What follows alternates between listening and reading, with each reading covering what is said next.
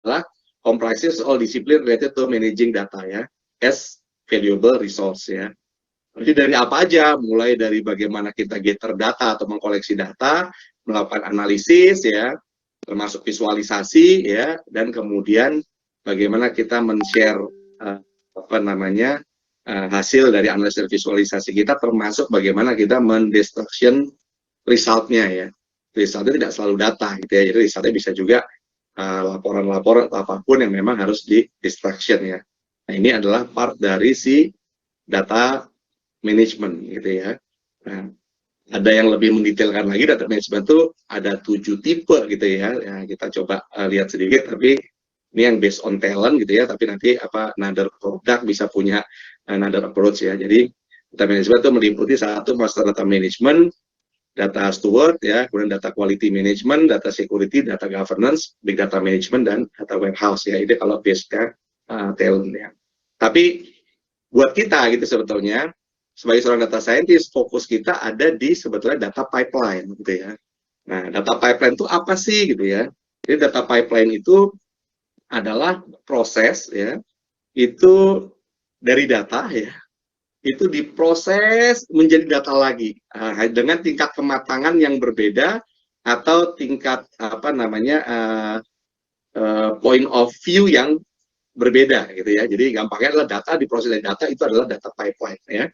Nah, contoh data pipeline seperti apa? Jadi misalnya contoh yang di bawah ini adalah gambar data pipeline. Contoh misalnya mulai dari data ingestion gitu ya, dari data masuk, kemudian data itu dilakukan pre-process ya, kemudian kita melakukan information extraction ya, kemudian data tersebut mungkin kita buatkan ETL-nya ya, atau ELT-nya ya, untuk supaya dia siap dianalisis ya. Itu juga contoh dari data pipeline ya.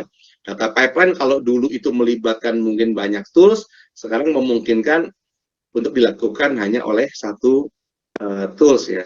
Tapi boleh nggak sih kalau misalnya kita tetap menggunakan banyak tools, boleh aja gitu ya. Karena yang kita lihat data pipeline adalah prosesnya gitu ya. Ini gambaran data pipeline. Nah, kemudian yang harus kita ingat ya di saat ini untuk data arsitektur itu dikenal sebagai namanya adalah lambda arsitektur. Jadi artinya ada data yang sifatnya itu batch gitu ya, dan ada yang data yang sifatnya itu real time. Kalau kita bicara analytics apapun gitu ya, sebenarnya kita bicara yang di atas ya. Jadi kalaupun kita bisa punya satu sistem, paling mentok itu adalah sebenarnya near real time ya kan, itu untuk analytics data pipeline ya. Kalau untuk alert data pipeline ya, atau untuk real time data pipeline, itu biasanya bukan menjadi part dari analytics data pipeline ya. Jadi itu lebih ke data engineering gitu ya. Nah, sementara kita di data science lebih bicara yang atas, meskipun teknologi sekarang memungkinkan near real time ya, dengan processing power yang mungkin strong gitu ya, dengan GPU power yang strong gitu ya. Nah, itu memungkinkan kita untuk near real time gitu ya. Tapi secara konsep tetap kita akan pakai jalur yang di atas gitu ya, untuk data science ya, dari ilmu data science. Nah, kemudian juga sebelum kita masuk ke name-nya ya, mungkin ini ada lagi yang mungkin teman-teman pahami, ada istilah-istilah nih, ada namanya ETL. Jadi kalau dulu kalau teman-teman belajar business intelligence ya, data warehouse dikenal sebagai ETL ya, extract, transform, load gitu ya. Nah, kemudian begitu masuk era big data dikenal lagi istilah namanya ELT ya. Jadi extract, load, transform ya kan. Ya, dan ini saling berhubungan ya. Jadi kalau ETL itu ya extract, transform, dia di load gitu ya. Di load kemana? Di WH misalnya gitu ya, atau ke staging dan sebagainya. Kalau yang ELT ya extract dulu, kemudian di load, load masuk ke data lake, kemudian baru ditransform. Ditransform biasanya masuk ke DWH atau masuk ke data mart ya. Jadi hanya istilah aja, cuman supaya teman-teman nggak bingung gitu ya, bahwa ETL, ELT memang beda sebetulnya, cuman buat kita ini adalah part dari data pipeline ya, ini hanya masalah beda teknik dan proses gitu ya. Kemudian juga teman-teman harus aware ada yang namanya lagi disebut sebagai reverse ETL gitu ya. Jadi reverse ETL itu apa? Kalau orang selama ini bicara data dari source kemudian dimasukin ke DWH atau dimasukin ke data mart gitu ya. Nah, pada kenyataannya kadang-kadang kita melakukan reverse etika. Jadi justru data-data yang ada di data warehouse kita, data market kita, itu yang kemudian kita ambil dipergunakan untuk operation system. Ya, contohnya apa?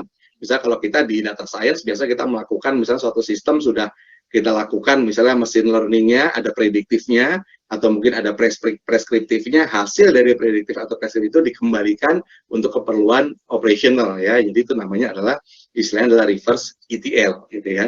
Jadi tadi ada istilah ETL, ELT, kemudian reverse ETL. Ini adalah basic-basic yang mungkin teman-teman akan sering temui ya pada saat nanti